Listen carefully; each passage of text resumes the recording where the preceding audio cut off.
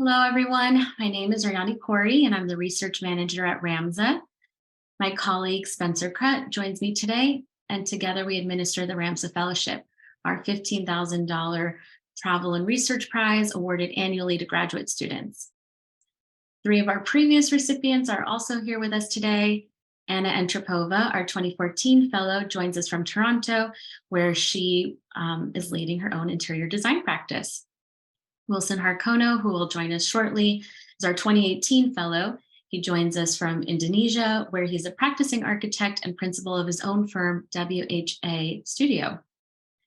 And finally, we have Radu-Remus Macovei, our 2019 fellow. He joins us from Milwaukee, where he is currently serving as an assistant professor of architecture at the University of Wisconsin-Milwaukee. Thank you again, all of you, for joining us today. Spenser and I will now give a brief overview of the RAMSA Fellowship. We'll discuss changes that we implemented this year, like the addition of an optional residency program.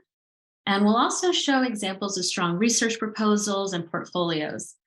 Following the overview, our fellows, Anna, Wilson, and Remus, will talk about their trips and share how their research is influencing current work. And finally, we'll have the opportunity for a Q&A session. So please submit your questions into the chat, and we'll get to that at the end of the talk. And with that, Spenser will begin with the overview. Thank you all for joining us. So just as a reminder that many of the key points from this session are available in the information packet that were hopefully distributed to you guys late last year, but that's also available for a download on our website. So we're very excited to be celebrating 10 years of the RAMSA Fellowship, and we're entering our 11th year in 2023. And the Travel Fellowship is a program that's administered by the research department here at Robert A.M. Stern Architects in New York City, or RAMSA for short, and it's on behalf of the firm. And the idea for the fellowship really came from the partners' own appreciation for the privilege to travel and to see the objects that one is studying in real life. And so it is an external award, which is for graduate students in their penultimate year of study, and it funds approximately 4 weeks of travel and research. And Arianne, if you go back to the poster, it's just hinted in the graphics of the poster, but the theme of the fellowship is tradition through invention, which is a key characteristic of the firm's own work. And so then the next slide is the lovely portraits of our first 8 fellows, dating back to 2013, and some of whom are on this call and who you'll hear from today. So our past fellows research has taken them to a growing list of locations across the globe, from the United States to Kenya to Japan, and we're always excited to see new destinations proposed to fill in more of this map or more research about these countries as well. So previous fellows have studied various topics, including the architecture of Jose Pleshnik and the work of Eduardo Gellner in the Alps to housing typologies in Indonesia. And as for the structure, so pre-pandemic, we actually required hard copies of the applications in addition to electronic submissions. But since then, we've decided to stick to only electronic copies, which are submitted via the online form. So though it is an electronic copy, please keep in mind that while generating your submissions, that the proposals and the portfolios may be printed in our office for review. And also keep in mind that proposals are reviewed anonymously, and so therefore don't include your name or the name of your school, whether that's your current school or your past schools that you've attended, in your proposal or your portfolio. All that information will be on the forms that you submit. So to speak briefly to the technical details of the applications, some of which you're seeing on the screen, the requirements for this submission include a research proposal, which is formatted on a single 11 by 17 sheet. And the proposal should include an abstract of no more than 500 words that explains your research, a sort of travel itinerary, a rough budget, and of course, some compelling graphics and images to support your proposal. And then the design portfolio is really intended as a supplementary document to the proposal, and it should not exceed 10 single-sided pages. And this is an intentionally short document so that you all can focus your efforts on the research proposal and really curate your design work to support it. So on the next slide is a picture of our previous jury, which was composed of partners, Dan, Grant, and Missy, who will be serving as advisors this year. And we'll be announcing a new fellowship jury very soon. So in April, we hold the jury session and announce the results shortly after. And on occasion, we'll also host an exhibition of submissions in our office for RAMSA staff. And then the next slide. So once a winning proposal is selected, the fellow typically travels in the summer. They present their work to the office in the early spring the following year, and then submit a final report of their research to the firm, which is incorporated in a publication which compiles multiple fellows' work after presentation. So in the past, fellows' presentations have also been coupled with exhibitions in our office. So here's one example of Kyle Schumann's models, which were hanging in our gallery. And then another example, which was exhibited by Michelle Chen. She made great gouache paintings. And then another example of Wilson Harkhono installing his exhibition and the sort of final product. Slide.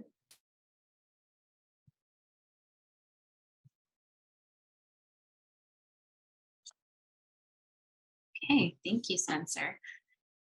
So now I just want to show some examples of strong research proposals from the past. And all of this can also be viewed on our fellowship website at ramsa.com/fellowship, where we present our final recipients proposal and the brief research topic.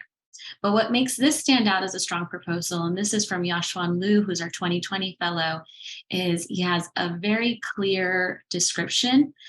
We say 500 words is the max, and we're serious about that. Even less is better, as long as you have a very clear prompt in there, exactly what you want to do, what you want to research, and why. So here Yashwan kind of highlighted what he wants to do with this project, what he'll be researching, and more importantly, what's the product of his research going to be too? Does he envision this as more of a research text? Does he want to produce drawings? Is it more about photography? So it's really helpful for the jury to know or try to envision what you want to do with this research and how it will live on in your own work, but then also how you'll come back and present it to RAMSA staff. What was nice here is he also kind of gave an indication of how he wants to present that research with these types of drawings that he included, sections, things like that.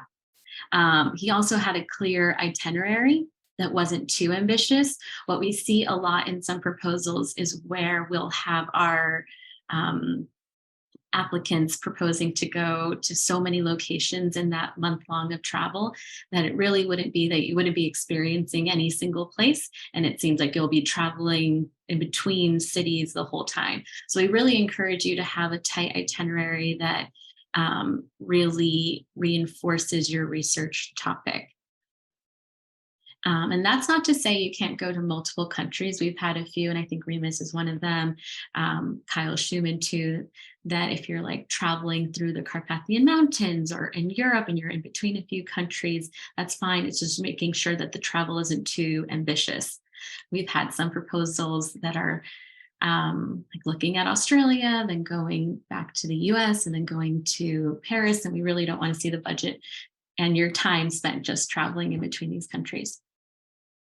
We also asked for just a rough idea of your budget. Now, this is an older proposal, and we have now increased the price to $15,000, but just to have a general understanding of how much your airfare, accommodations, and if you'll be doing something like having a guide on your trip, there'll be a little, just a little understanding. It doesn't have to be a very exact budget. And then a lot of the times we also encourage you to list some of your research sources. That's helpful. And the graphics, again, are really, really important. The jury is looking at anywhere between like 60 to 80 proposals. So your graphics are the first thing that stand out, then your location, and then it goes more into your text. Another good example is here from Wilson Harkhono, our 2018 fellow.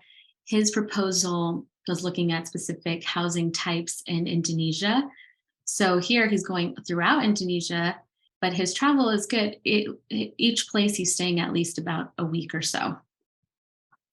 And again, what was nice about his is that in the very beginning, he kind of lists out what his research topic is. He has a bit of an explanation, but then he also reinforces what he'll be doing with this research, and then shows examples of sketches, drawings, and again, a rough itinerary and budget. What was really nice about Wilson's proposal and portfolio is that the portfolio very much supported his research proposal. So it's important to kind of tailor your portfolio for this specific fellowship application. So for example, with Wilson, his proposal was to look at Indonesian housing types. And in his portfolio, he only included housing projects, which was really nice for the jury to see that connection in his work and his interest in that. And what's great now to see, he's actually a practicing architect in Indonesia working on residential private residences. So it was kind of nice to see that connection. And it doesn't have to be so one for one like Wilson's, but in general, it's nice to see that the research that you're presenting in your portfolio is somehow connected to your research proposal. And that could be in just like the drawing types that you're proposing of producing, or we've had one fellow, Kyle Schumann, who's very interested in models and materials. So his research proposal was more material based, and you could see that in his portfolio. And these are a few more excerpts from Wilson's portfolio. Another example we wanted to show you is Daniel Hall's proposal to study in Japan. He was our 2019 fellow from Princeton, and he proposed going to Japan to study one historic house and all the materials of that house. So his was interesting to show for two reasons. Again, it has a succinct description. He's very clear what he wants to do and why. It's very much graphically compelling. This stood out to the jury right away. It's graphically interesting. And the travel seemed feasible, and the budget too. The jury liked this, even though we've had other proposals, Anna's in particular, to travel to Japan, because it was a very different topic and he was looking at different locations, and it was still strong enough proposal.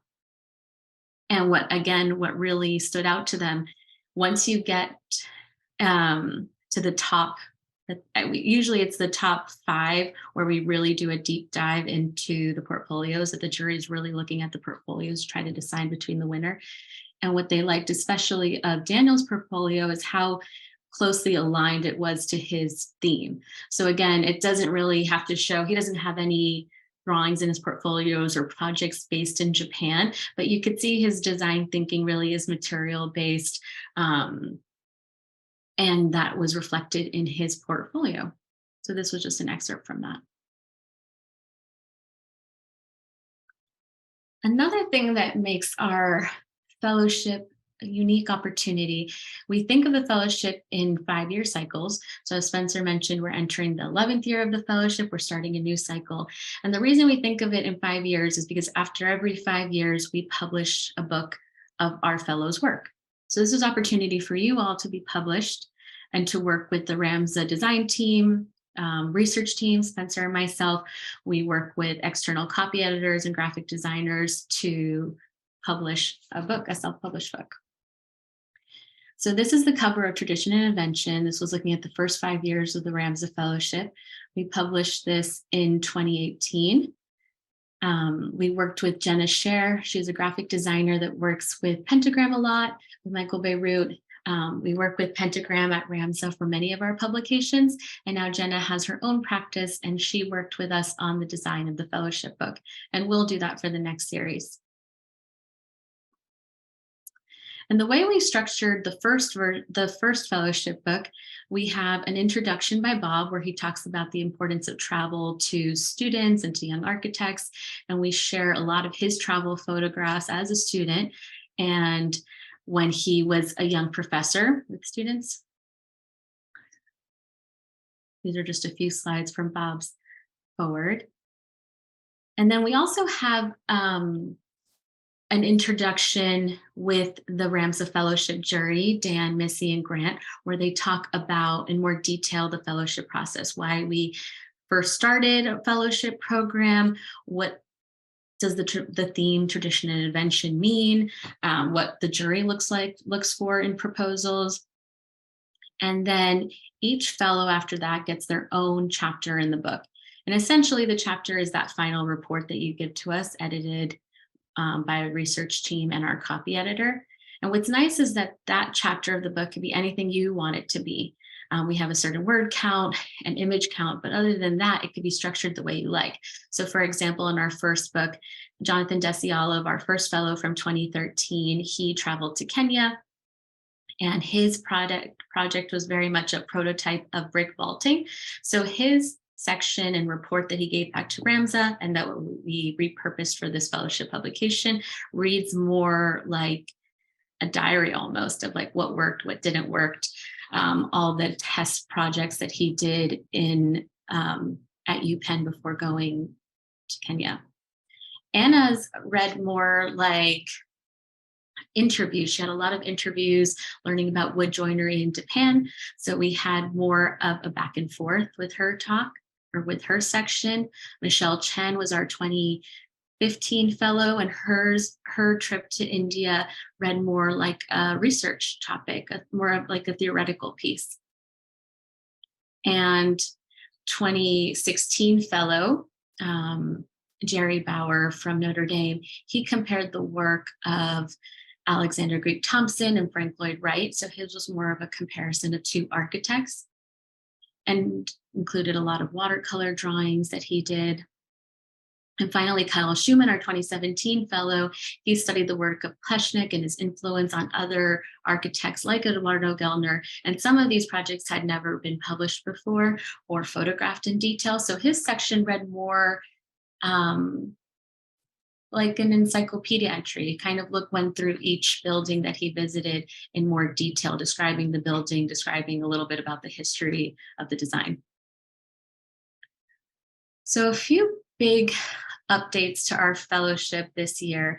Because we entered our 11th year of the fellowship, we did a big 10-year assessment and wanted to make some changes. The first thing was increasing the travel and research funding from $10,000 to $15,000. And we'll also be awarding a cash prize for the first time to our finalist of $1,500.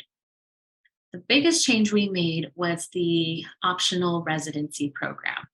So in addition to the travel and research prize, we will work with the winner and see if they'd like to do the optional residency program. With this, we want to give you an opportunity to travel to New York and work out of our office for 2 weeks, specifically on your research project. So this could be before your travel, depending on when you travel in the summer. If you want to prepare your itinerary, prep your research before your trip, or this could be after your research trip in preparation of your presentation and final report. You can, RAMSA will give you a stipend for 2 weeks in New York. We'll give you a desk in our office and you'll have access to our library and resources. And we'll get to work with you a little bit more closely as the research team, and you'll have an opportunity to meet some of our RAMSA staff. What's nice about this is that we do have a very large private library, over 20,000 volumes, librarian.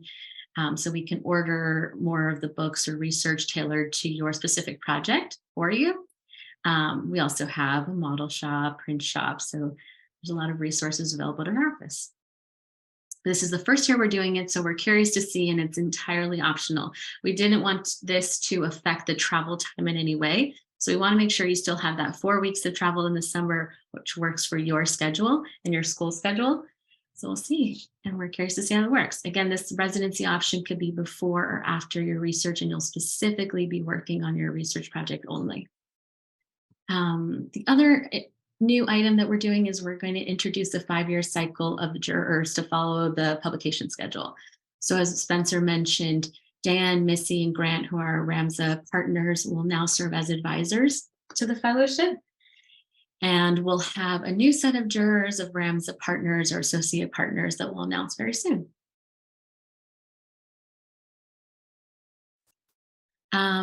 on RAMSA Storyboard, which is a blog on our website, we have a storyboard article that talks a little bit more about the fellowship program. We encourage you to look at that.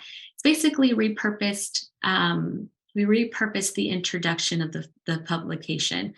So it's nice because the jurors talk again about what they look for in strong proposals, portfolios, the reason why we started the fellowship program, and things like that. And this is all on ramsa.com/storyboard. And it's called a discussion about travel research and the RAMSA Fellowship. And another thing to look out for, our 2022 fellow Juliana Girardi from Tulane University will be giving a presentation on March 15th out of RAMSA's office. It'll be a Zoom webinar. We'll be sharing this link very soon on our social media channels and also on our fellowship webpage. And we encourage you to visit or to attend that webinar. She'll be presenting her fellowship research of Sicily. She studied 8 different tuna fisheries in Italy and their different adaptive reuse techniques. And then our fellowship schedule following this information session. Again, we have Juliana's presentation on the 15th. Our fellowship applications are due March 30th, the end of the month. Our 2021 fellow will be presenting his research on March 19th. And our winner announcement is March 21st, or April 21st, I'm sorry. We have a very big schedule of fellowship related events. For the last 2 years, 3 years really, throughout the pandemic, we've been awarding the fellowship, but our fellows haven't had the opportunity to travel till more recently. So this year is a little bit unique in that we'll have several fellowship presentations. Usually we just have the one per year. So again, all of the information that we talked about so far is on ramsa.com/fellowship. You could download the application package, which has instructions for submitting your proposal, the forms, and your portfolio. And if you have any questions, you could email us at fellowship@ramsa.com, and Spenser or I will get back to you. So with that, I'm going to stop sharing and have Anna take over. She's going to talk about her research trip and how this fellowship research is influencing her current work. Thank you, Arianne. It's really great to see some growth in the fellowship, and it's exciting to see that now there's an opportunity of a research with RAMSA. It's amazing, and I'm going to share my PDF. How do I do it? Share screen, and quickly walk you through what I've done back in 2014. So let me just make sure that I can flip through. Can everyone see it? Yes. Okay. So I decided to take a trip to Japan and to look at the Japanese wood joinery and how specifically the traditional approaches to joinery and construction, wood construction in general, may or may not affect the new innovation and technological sort of approaches to a more modern day construction.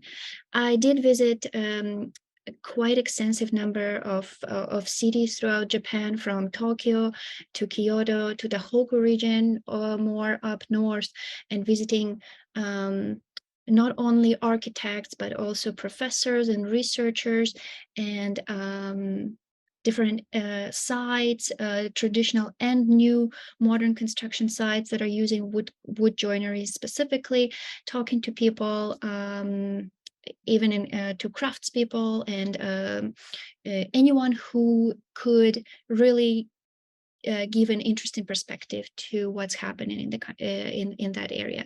And what happened really is that of one of the first visits really gave me a little bit of a reality check. We went to this beautiful wood shop in Tohoku region, and the first thing I see is that beam that you can see on the right side, and I was amazed to see the beautiful wood construction in the shop. But when I asked the owner, he said that beam was indeed coming from Canada. So that was interesting. And doing more research, it happened that, in fact, Japan is covered in forest by 80% of the country, but 70% of it, of timber, actually comes from Canada and Malaysia, sorry, from North America and Malaysia. And what really was the reason for it when I started researching more is that there were really interesting developments after the World War II that affected the forestry. So the government really wanted to enforce a lot of wood construction at that time, and they planted really weak trees that grew, and eventually decades later they were not possible to use for construction, and that's how country ended up importing so much wood. So that was interesting, and that really helped me to understand that the research in Japanese in general, and looking into tradition and how it affects innovation, was actually tied a lot to economic and social, and a lot of tendencies that are not really visible at the first sight. And going forward, I realized that tradition, pure tradition, is actually a luxury. And we visited beautiful craftspeople in Kyoto. So you can see on the photo the Yoshiaki Nakamura, who is the son of Satoshi Nakamura.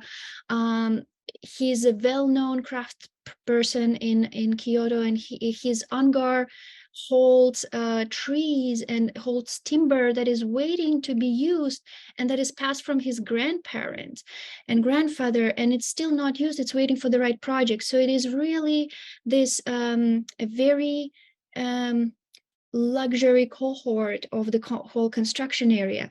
And then when we look at the technological advancements in the wood industry in Japan, I realized that it is pure technology, lacks the humane. So that was also interesting to see that, okay, so what are the how do they manage to combine those two? And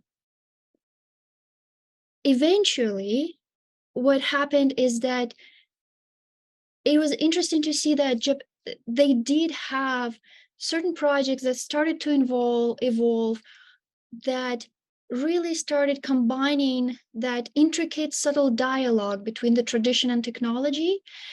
And by doing so, it really, I really realized that it is by tapping into social and economic and realms that help to bring those two together. And that was amazing to see. So this is the project, the example of Kengakuma, and I met with them in the office, and we talked extensively about the Sunny Hills shop in Kyoto, sorry, in Tokyo. And coming back to the whole forestry problem that evolved after the World War II that I mentioned at the beginning, Kengakuma was able to tap into this and to use that unusable wood for this very intricate structure. And it was actually criticized in the Western world that there was an excessive use of wood, but in Japan, it received a lot of accolades for that specific fact, because it may seem that it's an excessive use of wood, but it's a use of wood that is unusable in the country. And then you can also see that they actually use the traditional joinery techniques to evolve this trellis-like structure, and they use grasshopper and advanced technology to develop the structure and to build it. But eventually what happened, and was interesting too, is that they acknowledged that it would not have been built solely based on the technological advancements, but only because the craftspeople came into the project later on, and they enforced and they helped to develop, because grasshopper was not really handling all the intricate details. So the craftspeople had to come and do it by hand eventually. So it was an interesting combination of those two at the end. So that was an amazing thing. And what it really helped me going forward into the project that I'm working on in the firm for a very, very long time before, and now starting on my own, is that it's really the dialogue between not only tradition and technology, but local and global, that starts evolving this more intricate approach to architecture. So what I really try to do is to ask and to start local and to really, really understand the materials and to see what we can do locally, and reaching out to craftspeople in the area and see how can they contribute, and then connecting them to global industries and engineers, and having that dialogue that really helps to push the project forward. So that's sort of, and I do reference back to the trip a lot, and I just mentioned to Arianne that it's almost nearing 10 years. And it is still something that stays with you, obviously, as a designer, as an architect. Traveling is something that is absolutely paramount to your further development. Thank you so much, Anna. I'm going to pass this off to Remus now. If you don't mind sharing your screen. Oh, sure. Yeah. Let's see. Okay, you can all see, right? The screen. Okay, great, thanks. So thank you, Arianne. Hi everyone, I'm Remus, and I'm the 2019 RAMSA Travel Fellow, and I'm originally from Romania. And so I ended up traveling in 5 countries in Eastern Europe that were all connected by the Carpathian Mountain region. So I traveled to Romania, Ukraine, Hungary, Slovakia, and Poland. While it may seem like a lot of different countries, which they are, actually the regional scope I traveled within is actually pretty tight. Because they were all connected by this mountain region. And sort of having been from there, I sort of had heard about this vernacular building type, which is the wooden church. And I was sort of curious to travel across the region and to understand at the regional scale how they exist within a common vocabulary, primarily defined by the materiality of timber, right, as you can see in the image here in this church in Poland, but also by a series of other commonalities, such as their tripartite organization. They're all Christian, obviously. And one important thing to note is that they are Christian, but none of them are Roman Catholic. In fact, they were constructed in wood, mainly because the region historically was dominated by the Austro-Hungarian Empire, who was Roman Catholic as a kind of imperial religion, and they forbid the construction in masonry of non-Roman Catholic churches. And so all of the churches that are wooden in the Carpathian region are Greek Catholic, Orthodox, and so on and so forth. And so there's a very beautiful story there about kind of designing despite wood in some ways, and the transformation of masonry form from more prestigious buildings in cities into this kind of wooden vernacular that was developed across the centuries. So I was very fortunate to be able to visit, with the support of the Travel Fellowship, 50 wooden churches in the region that are in very remote locations in sort of villages. They're still being used today as churches. So they're very much living beings in some ways and not museum buildings. Now, on the trip, I made a series of observations and discoveries, which sort of led to a lot of my research today. And one of those is that the churches had actually transformed pretty significantly over time. And that's something that we don't really think about today when we design. Very often we design with stability in mind, right? That the buildings that we design don't change very much. But actually here, in response to all kinds of different changes in circumstances, the wooden churches transformed physically quite significantly. For example, when the congregation would grow, they would add another room onto the nave to accommodate that growing community. When the Gothic spires went out of fashion, Revolution, they replaced them with Baroque bulbous domes. When men and women could start worshiping together in the same space a century ago, they would carve incisions into the partition walls within. And all of these transformations were largely possible because of the building's wooden constituency. So this is a sort of, I mean, and this is of course a speculative kind of GIF showing a kind of collage of different churches and starting to suggest the kind of radical transformations that they were submitted to over the centuries. Now, I was able to actually, as a consequence of this wonderful opportunity, beyond presenting to the RAMSA office, I was able to publish a few articles on the topic of buildings in a state of flux, which is also the title of my current research. Obviously, and Arianne mentioned it, you know, there is the wonderful opportunity of publishing a chapter as part of the 5-year book that RAMSA publishes. I was also able to publish a reflection paper in November, actually last year, in the Journal for Traditional Building Architecture and Urbanism.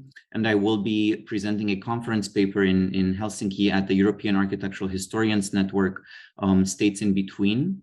And so, especially if you're someone who is interested in, for example, having an academic career, these types of opportunities are really important because they demonstrate your commitment to research and show how you're connecting all of the different areas of what you're doing. So historical research, travel fellowships, design work, to, you know, within a consistent body of knowledge. Now, just on that point, I'm currently the Architectural Activism Fellow at the University of Wisconsin-Milwaukee, and I'm working with a wonderful graduate research assistant, Bennett Wessling, on developing some of the research and the discoveries made through the Travel Fellowship into architectural design proposals.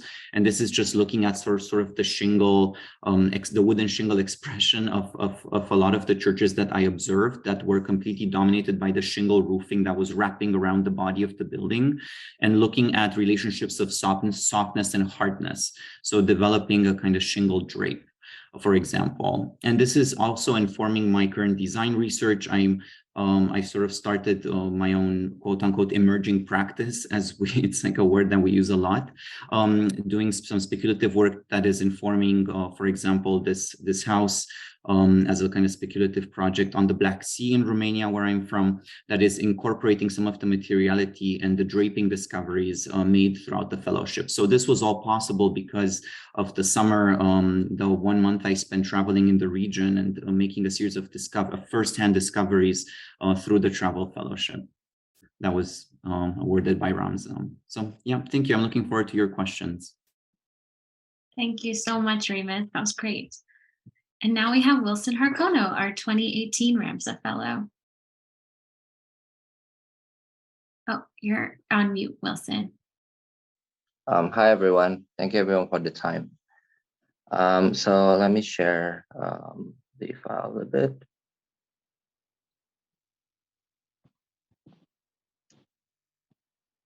Okay. Can everybody see the screen now? No. Okay. Oh. If easier, I can share my screen if that helps. Yeah, that would be great too. Okay. 1 second.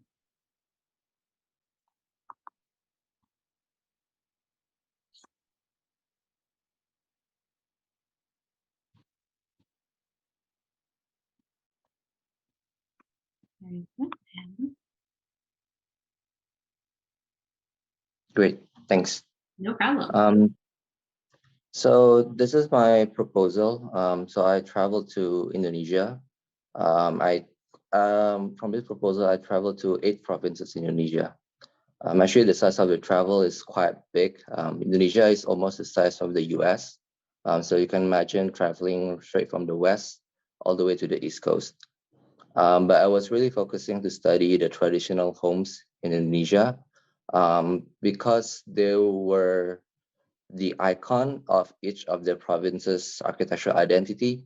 But to these days, they were never really like modernized and being used anymore because they're being very archaic. So I was really interested in studying them and somehow finding this design language as very rich in culture and tradition and somehow incorporate more to the modern way of living. Can you go to the next slide, please? So this was my research given in by RAMSA opportunity. So this was a summary of my travel diary. So I did a lot of direct observation and a lot of photos, sketches, notes, and talks to the locals. So this kind of information was very interesting to me because this is something that I experienced, not read. So I think in that sense, it gave me a lot more sense to the context of what the architecture of what each of the provinces' traditional homes was giving and valued, and also studying the buildings itself, the tectonics, the way the structure is assembled, the organization of the floor plan, how people are actually using it. I felt like by traveling to those regions, I have really vivid memories of the constructions and even like the way they use it that I will never ever get by the book. So with this, I actually used this base to do my thesis, which is, can you go to the next slide? I picked 3 out of 8 traditional houses that I went to, and I studied more of them in detail to do my thesis in Harvard in 2019. So I picked 3 traditional homes, and just studying it in the terms of its design language, from the models, from the tectonics, the floor plans, the sections, elevations, and just like the reason why they do it, what they do in these traditional architectural forms. And if you can, the next slide. So this is just another expanded model of the first one. This is in Nias, Matuluo. This is a traditional home for one family. So I found it very interesting as a very traditional homes. They can build this very tall. It's a chief's house. It can reach up to 24 meters, but it's just a home for one family. So I just find this very interesting skill that I never really imagined in the books when I start visiting this place, from the way you start entering the building, from the way you inhabit the space. I just find it's a very, very rich experience to study these things. And can you go to the next slide, please? So this is another example of the Torajan house in South Sulawesi. So it's also very interesting tectonic of how they will prop up the roof with this huge cantilever, because Indonesia is a very highly tropical country. So there's really a lot of rains and everything. So the roof is really important elements to all of these houses. So just having a very wide span roof and having a really long cantilever, how would they prop the structures?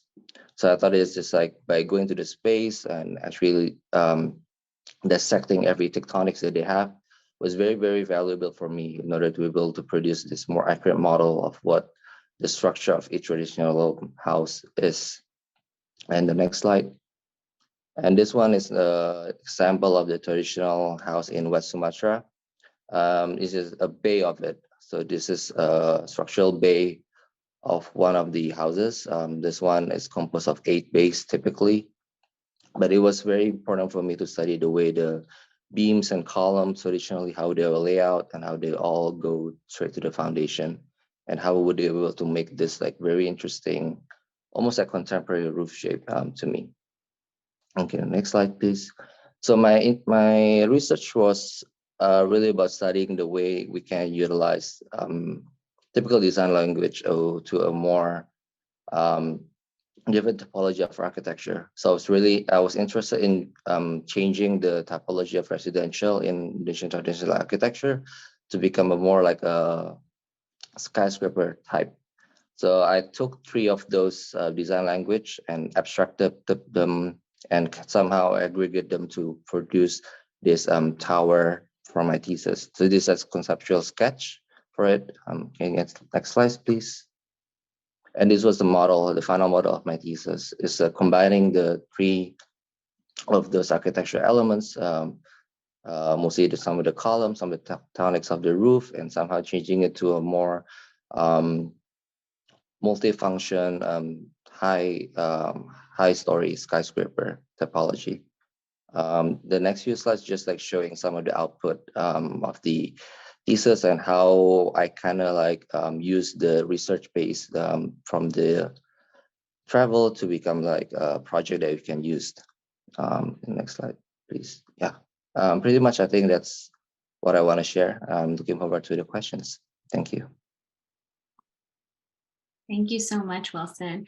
And thank you, Remus and Anna. This was great to get a refresher on your research topics, but then also see how it's influencing all of your personal projects now or your current work. Let's see. So for our audience members, if you have any questions, please put them in the Q&A chat and we'll get started. Okay, so our first question is from Alexis. And Alexis asked, will we be submitting 2 proposals, one that's 11 by 17 and the overall research we are interested in conducting?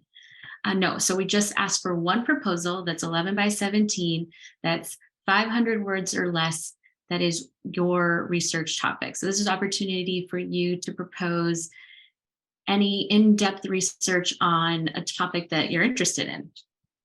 And then in addition to the proposal, we ask for a portfolio sample. So this is a portfolio sample. It could be max 11 by 17 size, but it's just 10 pages. And then we have a few forms to fill out too. So basically it's just a form of identifying information, but then also copyright forms and verification forms that are signed by a dean or a chair of your program, just to confirm that you are a student at a graduate program. Okay.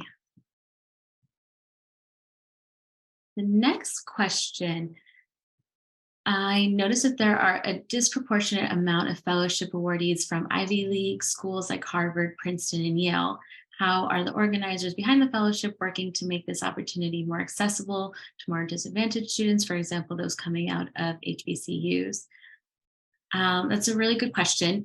And our big change that we did in 2021, that was a long time coming, was opening up the fellowship to all nationally accredited architecture graduate school programs in the US.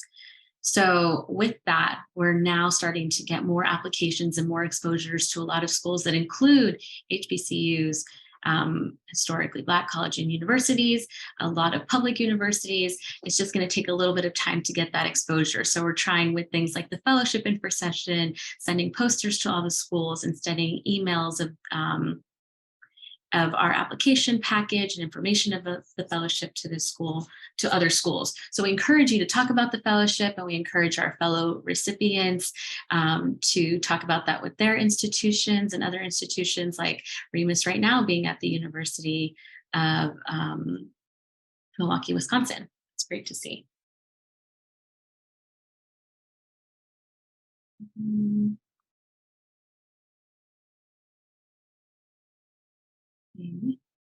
And I do want to also stress too that the jury session is entirely blind too. So that is why, and you'll see this in the application package, we want no identifying information on your proposal and your portfolio.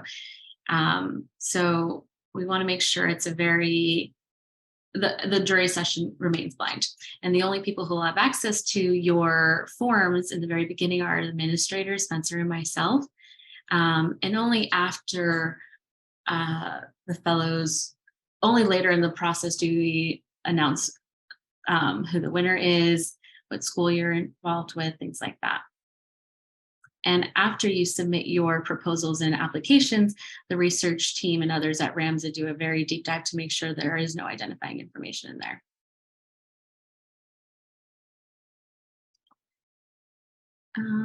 Okay, so another question from an attendee.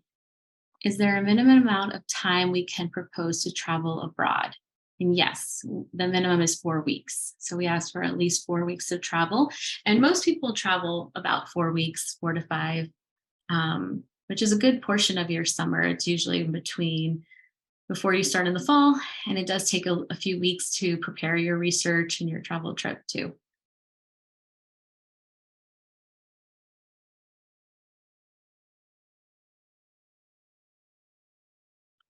Okay, so another question from the audience. Is this opportunity open to international students? And yes, definitely. The only requirements for eligibility are that you are at a graduate program in the US that is NCARB or nationally accredited. So there's about 120 accredited programs, graduate school programs in the US, and that you are in an architecture related field. So you don't have to be just an architecture student. We ask for interior design students, landscape students, architectural research related fields. So just reach out to Fellowship at RAMSA if you have any questions about eligibility. The other thing is if you are in your penultimate year of the program. So if you are in a 1.5-year program, and sometimes that comes up, you can apply right away, and that technically your penultimate is your only year. So we move things around. I know Anna had that same problem from her university. I think her program was a 1.5 years, if I remember that correctly. So just reach out to us if you have questions about your eligibility.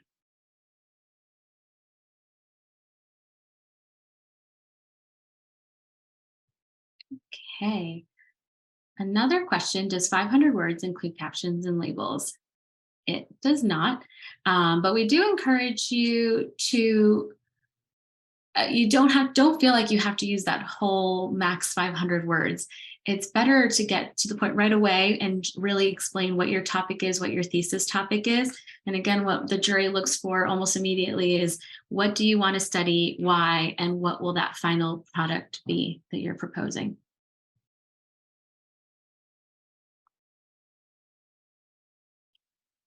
Another question from Alexis, are finalists eligible to apply for the fellowship the following year? That's a good question. So usually finalists are not eligible to apply because we ask for the penultimate year of your program. So you have that one opportunity, but we have had fellows in the past that have switched programs or are pursuing multiple degrees. So they'll be the penultimate year of one program, and then they'll be in the penultimate year of another architecture related program. So a good example of this, and it is a little bit unique, is our 2022 winner, Juliana Girardi. She was a finalist in 2021 and she won in 2022. And that's because she actually switched programs and switched universities. So it extended her time. So generally, I would say you are ineligible to apply because usually you have that 1 year, that penultimate year of that one program, but there are some exceptions to that rule.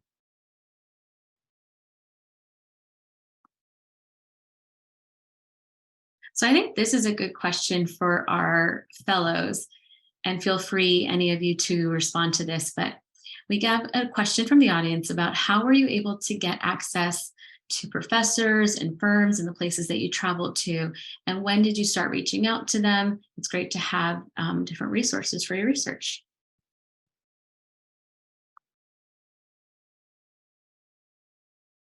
Maybe Anna, if you want to talk a little bit about that, since you definitely had a lot of interviews set up.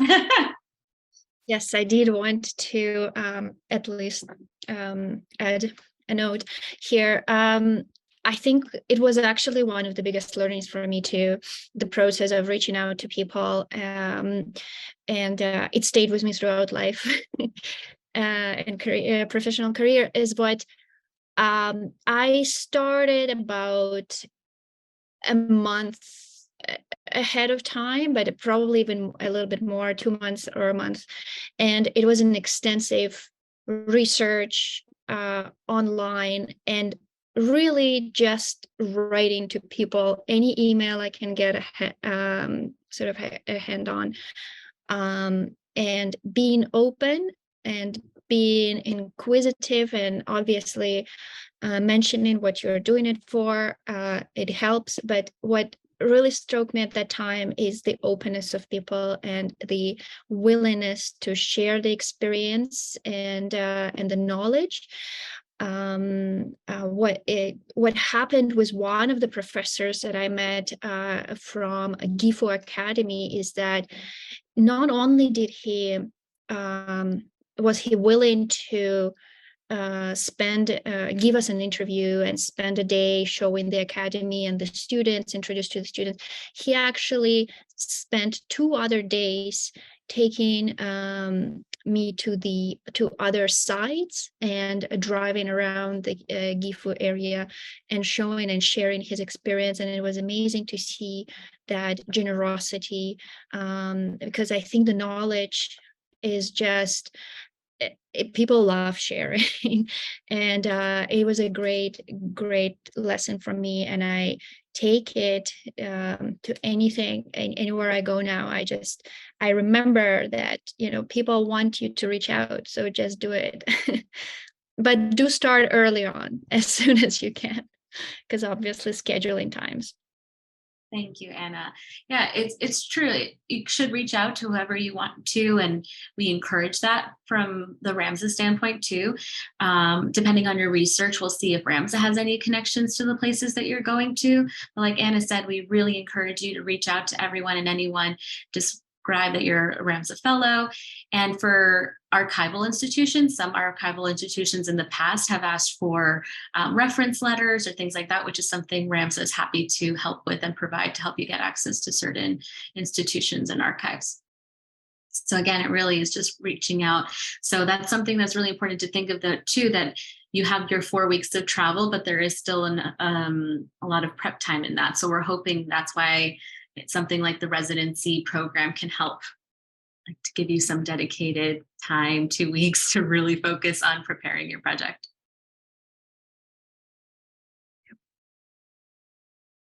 Okay, another questions.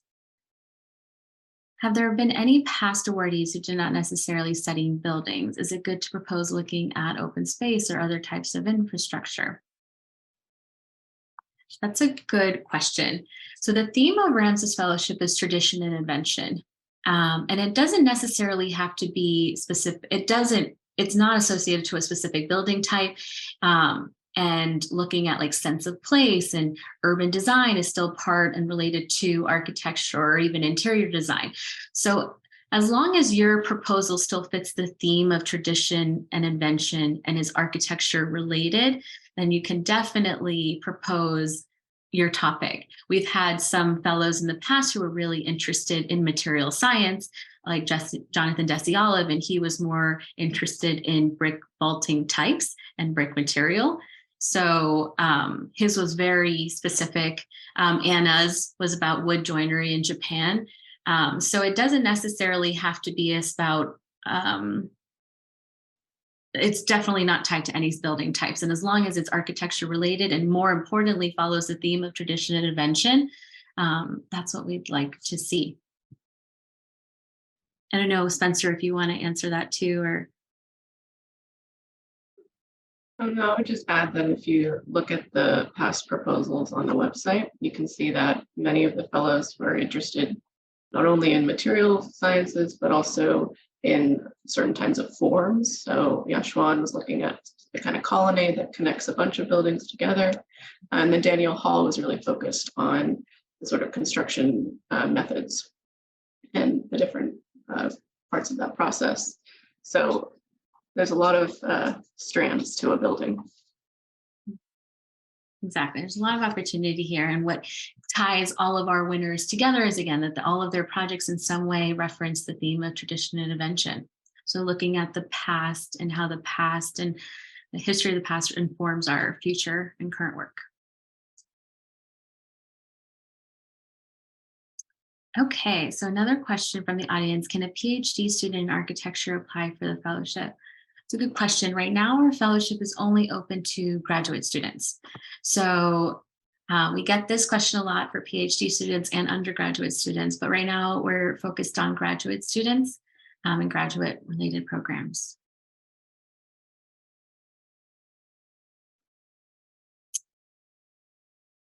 Okay, and another question: how or could the proposal be an extension of an existing research that we've done in the past? Yes, definitely. We've had proposals from fellows who have been interested in a topic for a long time. Kyle Schumann, for example, was really interested in the work of Eduardo Gellner. And he had won multiple fellowships. RAMSA wasn't the only fellowship that he won to study this architect's work. So that's totally fine.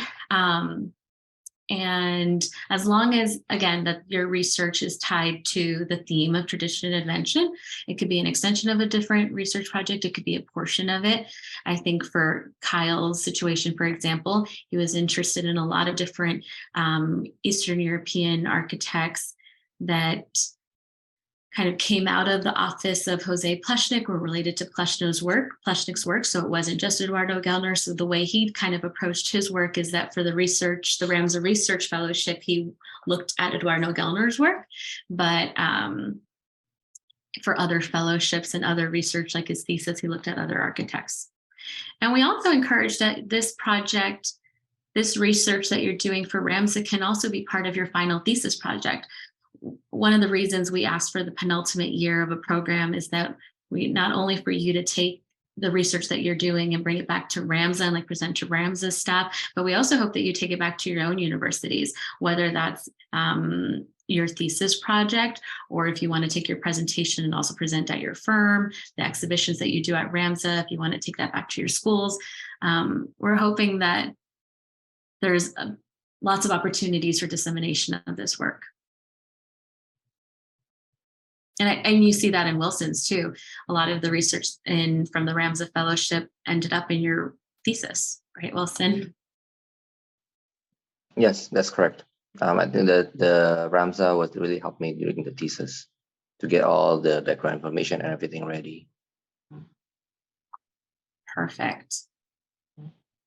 Okay, so here's a question for our previous fellows. Did you find the itineraries, did you find that your itineraries were followed strictly, or was there a lot of changes that happened in the moment?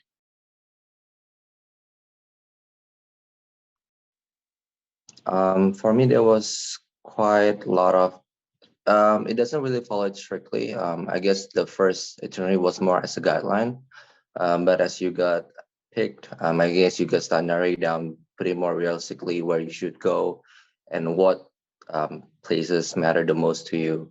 So in my sense, I still use as a rough guideline, but there was always flexibility in like doing it actually for me. Yeah. Perfect. Yeah, that's a perfect answer.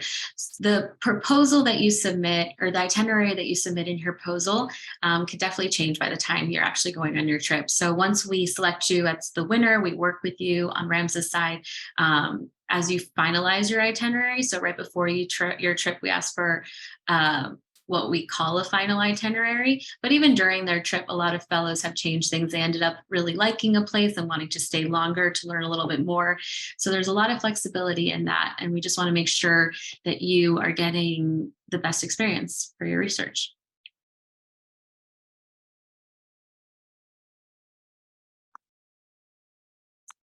Okay, so we have more questions. Is it possible to join the fellowship presentation on March 18th in person if we are local to New York City? No, right now we're opening it up as a hybrid presentation. So it'll be the Zoom webinar for all external guests, and internal will be guest of our fellow and the RAMSA staff. It's already about 100 people in the audience, so it's pretty tight. But it's nice now that we have those hybrid presentations. In the past, like Remus's presentation, Anna's presentation, Wilson's too.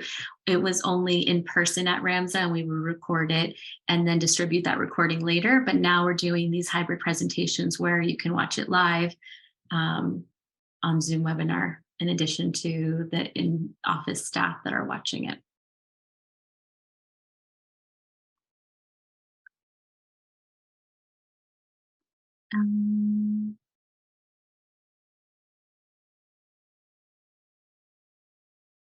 Let's see. So I have a question for our fellows again. How are you able to get in contact with local firms to guide you through some of the history and context of the locations you visited? I think Anna kind of talked to this already, but it really is, you should email everyone that you can. Some firms are really good at responding. If you need help contacting certain people, you can reach out to RAMSA Research and we'll help you. But honestly, you'll see that a lot of firms, architects, institutions, they're eager to help you and are excited to meet you during your travels.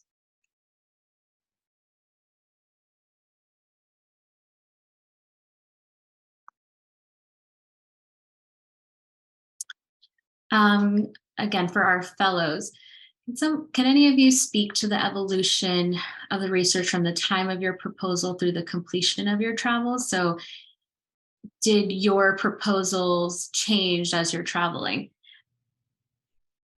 Yeah, I can talk to that. The original proposal, for example, for me was to look at sort of the regional identity and the kind of common formal vocabulary of the 50 different churches I saw. But you actually get to see them. You're there on site in the field, if you will, and you make a series of observations that you had not read about before or that hadn't occurred to you before. And obviously your research should be evolving as you make all kinds of different discoveries firsthand. So for me, it definitely became more about the transformational abilities of the building over time that were made possible by the malleability of wood and its construction system. So I think it's the research intent will have to change because you're making all kinds of discoveries firsthand that are modifying your assumptions from before or from your desk research. And it's good that it does change because it means you have been discovering firsthand things. Exactly, it's perfect.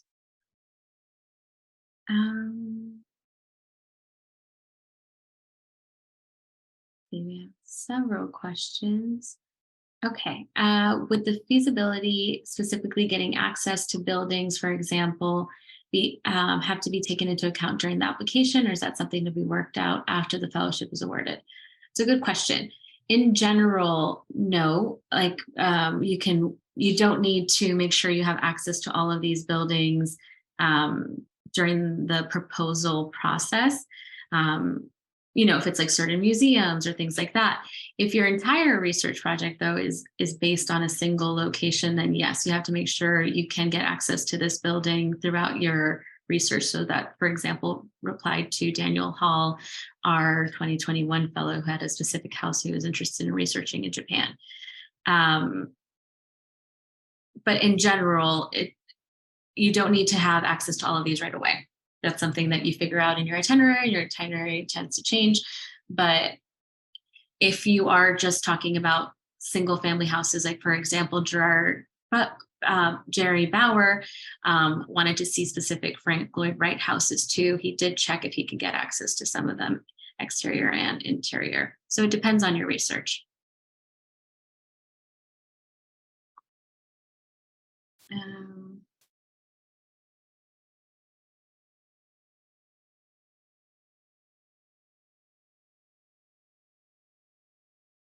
Okay, here's another question. Do we have to cite resources in our research proposal? No, you don't have to do like a formal Chicago style citing resources in the proposal. Sometimes it's really nice to see some of the resources you're referencing. So a lot of our fellows have in the past kind of had like a little bibliography page of some of like books on the topic or papers on something like that, papers on the topic. But in general, you don't have to cite the sources. It's just it's nice to see some of your references. And then another question is, does the jury have prefer research that has not been conducted by the applicant before? No. So it could be research that you've been working on for a few years. That's fine. Something that a topic you've been really interested in.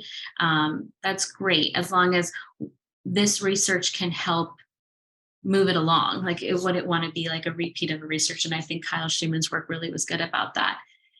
Another thing that comes up a lot is if you can propose your research to a location that another fellow has already done. So for example, we've had a few proposals for Japan.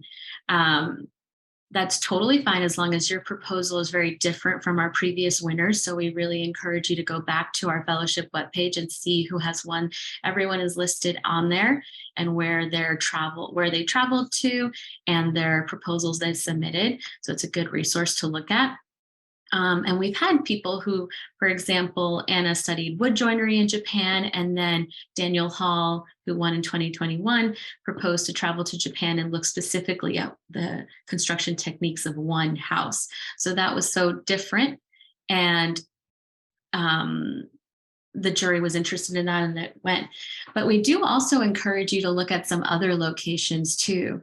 I think that also stands out to the jury. Like, we haven't had winners from South America yet, or winners interested in research in South America. So I think the jury is just inclined to kind of look at that and look at those proposals more intently too, just because it's a new location of research for our firm and for our fellow cohort.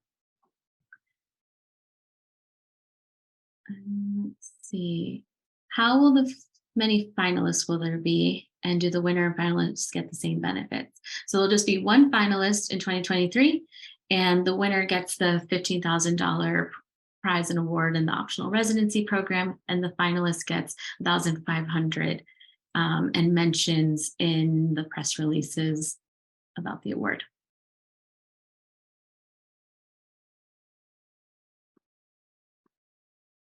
I think we might just do one more because we're over time. Let's see.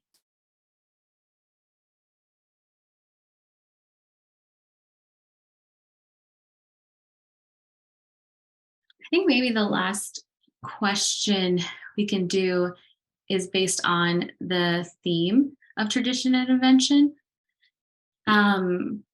I don't know if any of you can just mention really quickly how your project or your proposal linked to the theme of tradition and invention. We can't stress that enough in our applications, that the very first thing the jury looks at when they are going through each proposal, and that's the quick way to kind of sift through a good number, is, does your project align with the theme of tradition and invention? And if it does, and there's so many ways to do that, you're automatically moving forward to the next round. And if it doesn't, that's a surefire way to move on.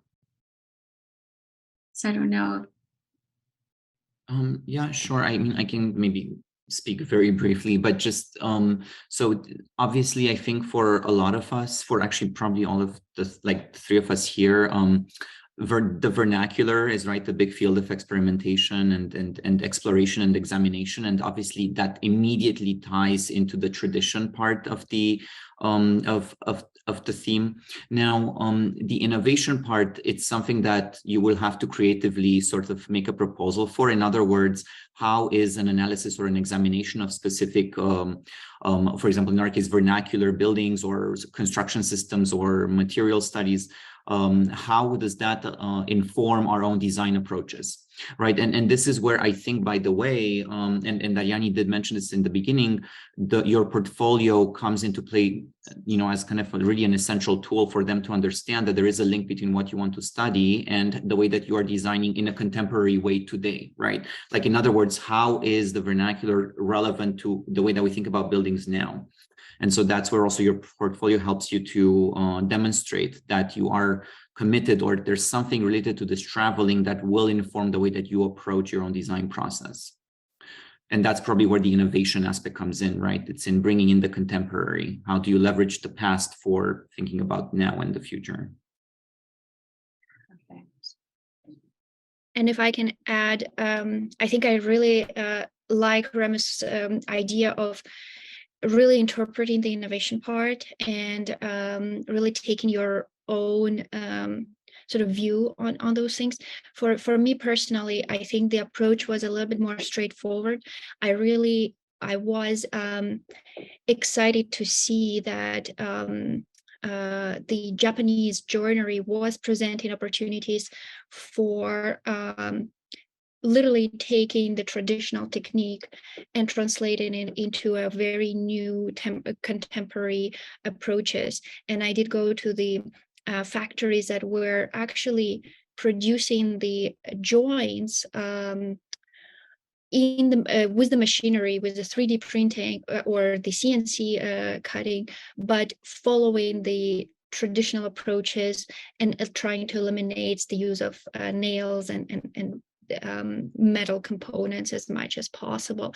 And that was a very straightforward approach that I started my research with, but definitely during the process of it, so many things affected, and that kind of goes to the other question of do you really stay true to what you start with?